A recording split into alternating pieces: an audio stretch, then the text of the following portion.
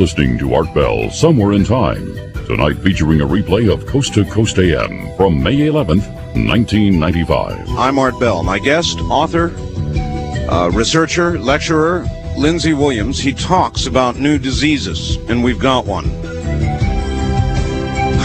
The Ebola breakout now in Zaire, and we're discussing what we know and what we don't know about it.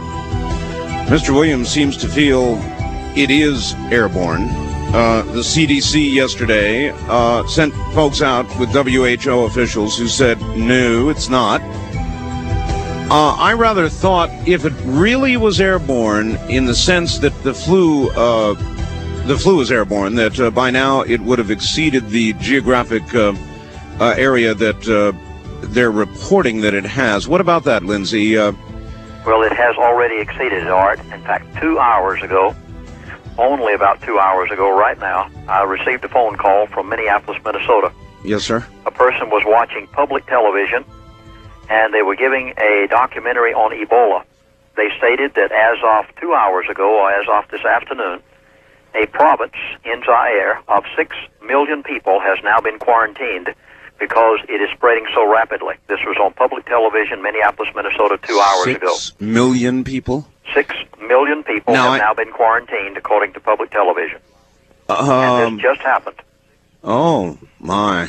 I was sitting in the studio of KFYI this morning. We were halfway through the program with Barry Young. His producer walked in, handed him a piece of paper. He looked across from the microphone at me with rather a stare in his eyes as he said, Lindsey, it's just been announced over our news line here at KFYI that it has spread to an additional area in Zaire. Now, there was only one city as of yesterday, Kitwit. There was 100 people they said were dead. Then this morning, look at the progression, 170 people. So they said on Good Morning America. Morton Dean said this morning 170 people. Now, the progression and the rapidity of the multiplication of this thing, and then mid-morning this morning, between 11 and 12 o'clock, this off of the news line saying it had spread to another town. Now, just this afternoon, late this afternoon or evening, public television Minneapolis says 6 million are quarantined. I would say this is a rapid spread. All right, let's, for the sake of, Lindsey, I'm, you're pretty far out there with this airborne stuff, and I'm gonna walk the cautious route here. But you're scaring me a little because of this additional quarantine. If they've really quarantined 6 million people, then there might be that problem. From a public health point of view, if you were in charge and the mission was stop this outbreak, what would you do? I think I'd go back and read the hot zone as to what the truth was before the outbreak started, and they tried to tell us that it wasn't airborne. There was a nurse who called into the station this morning where we were doing a talk show, and over the air she said she would like to clarify the meaning of the word airborne, because she also felt that Ebola virus is airborne. And she said, let me clarify what we as medical professionals consider airborne. Yeah. She said it might be different than what the average person thinks. She said if a person coughs, normally if they're in good company, they put their hand up to their nose and mouth and cough. Yeah, that's right. And she said then those droplets that come out of the mouth and the nose get into the hand. She said that's airborne.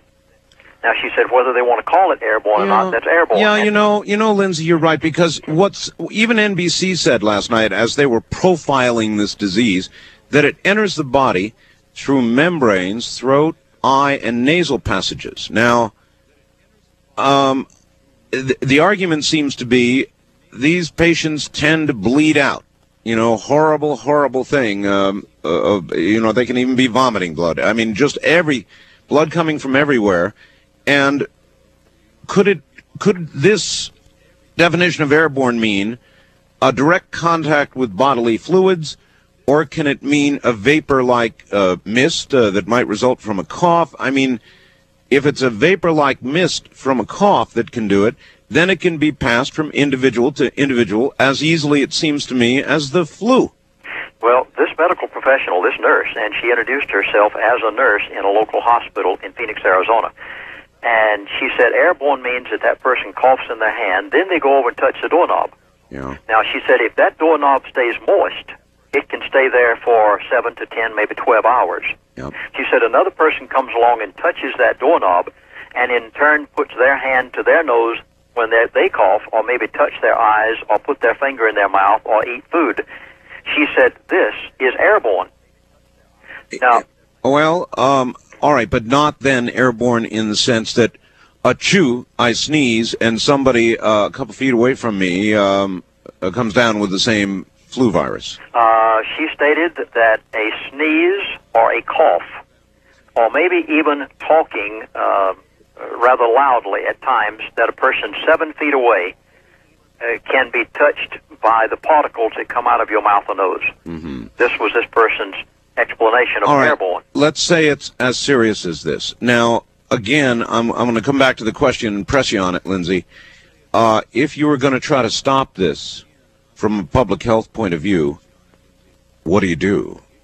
Well, I think you would do exactly what they did tonight. According to public television in Minneapolis, they have quarantined 6 million people. Yes, but the quarantine, though, it's not a satisfactory thing for the quarantine to be continually expanding. That where they say there's a quarantine, if the disease doesn't stop there, then it's just like drawing a line in the sand and trying to stop an army of ants. It's not going to work. Well, quarantining Africans, Zaires, is quite a different story, too. Now, you must understand that we're dealing with another culture here. We're not dealing with modern-day America, where things are affluent and clean and all the rest. Right. We're dealing with, you see, I was a pastor for many years prior to becoming an author, and I heard many stories from the missionaries of what the African people are like. I mean, they walk by foot. They walk at night. They can disappear into the woodwork. They can go into the jungle. To quarantine a country of 6 million people is really a joke, because these people don't do like we do, whereby if you want people to stay inside of a city, you just block off all the roads going out of the city. Right. No, it doesn't quite work that way in Africa. We're dealing with another culture. And also, the question was raised on the talk show this morning. You remember when Desert Storm took place and our troops arrived on the beach? I do. The news media were already there with cameras in hand and lights turned on to blind them when they walked up on the beach.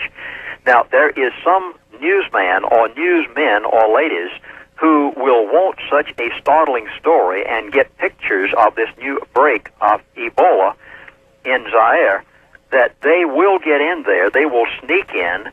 They'll walk through the jungles. They'll do anything in their power. Then this so-called airborne virus will get on their camera equipment. They get back on the airplane and travel somewhere.